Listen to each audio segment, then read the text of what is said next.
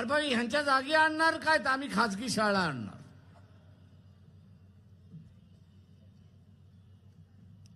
किती कुटुंब ह्या सभेमध्ये बसलेले आहेत, त्यांना खाजगी शाळेंच्या फिया भरता येतील त्यांनी हात वरती करा.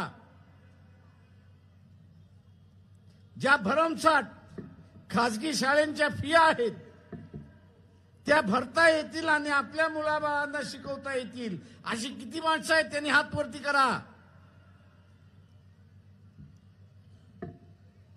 आपल्याला नुसतं मतदान करायचं नाही,